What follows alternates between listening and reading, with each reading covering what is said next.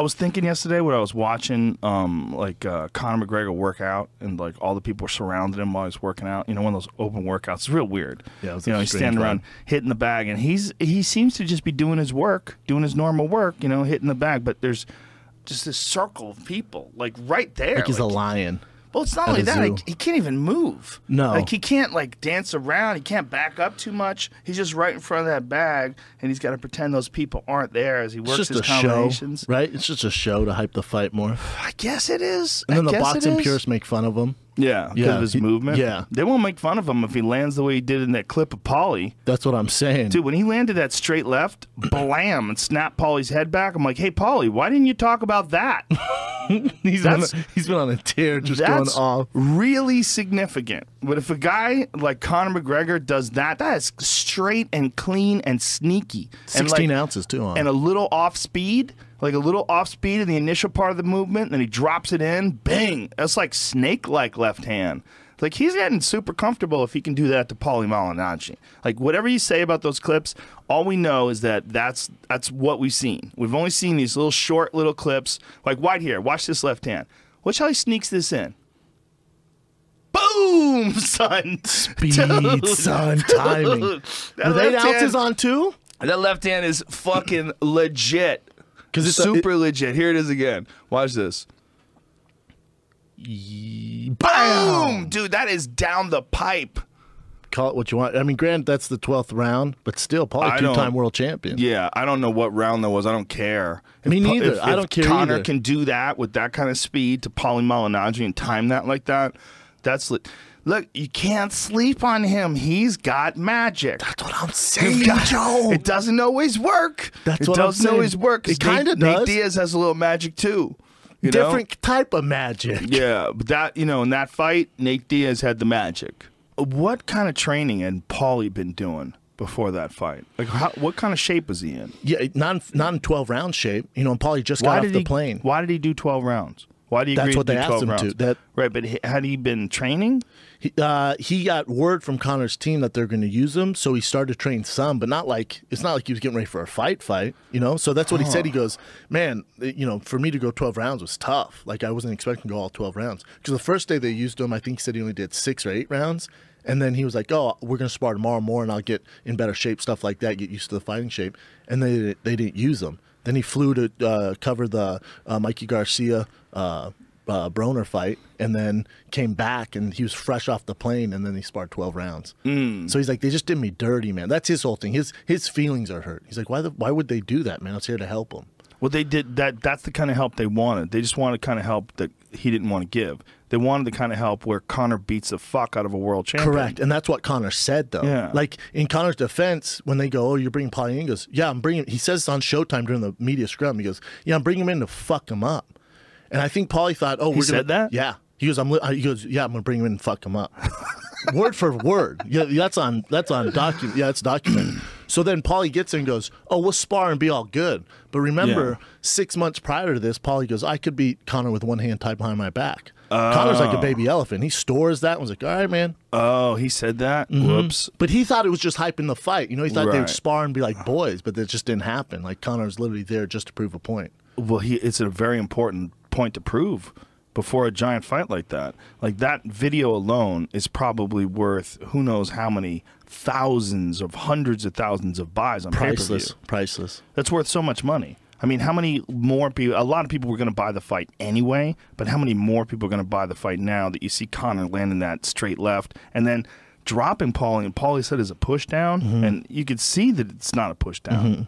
I mean, it's just not. If you get pushed down like that, you're probably concussed already. Yeah, if your balance is off. I see what you're saying. That's so bad. Like, he was saying something about him getting grabbed on the back of the head. You could watch it. Watch the knockdown. Paulie's saying it's dirty, and I get that. I get that, but you signed up for it. It's a fight. But the other thing is, Paulie's saying, you know, and he goes, take what you want from the video. He goes, but I think Conor and his team and Dana fucked up putting this out because now Floyd Mayweather's team knows this is how he fights. Like, this is the dirty stuff he does, so they can warn the ref. There's nothing dirty there. The grab behind the head's hitting, dirty. That in boxing, that's dirty. You can get away with it, but that's frowned upon. It's gonna happen. Those rabbit punches, but Floyd's gonna do that. See this part right here. Give me some volume on that so you can hear that. He's hitting him hard, man. Okay, you know, he hits him with a straight left that's clean, and then it looks like he's wobbled, and he hits him with a right hand afterwards. Like, play that part one more time when he goes down. Like, you can't, I don't see an argument. I've tried to look at it. Of a push down? I don't see it. I don't see it. This is the beginning part. And that's a legit ref, by the way. Yeah. Yeah, Joe Cortez. Super legit. Oh.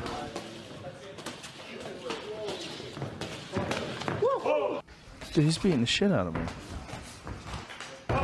Okay, I don't give a fuck what anybody says. Like, if he can land those combinations on Paulie Malignaggi like that at any point in life, that is... Homeboy can box. Yeah, man, See, he's hitting that hard, validates, too. to me, that validates Conor. But at the same time, in Paulie's defense, you know, it's 9-12 round fight shape. He's exhausted. I get all of that. I get all that. But still... Paulie should have never done that.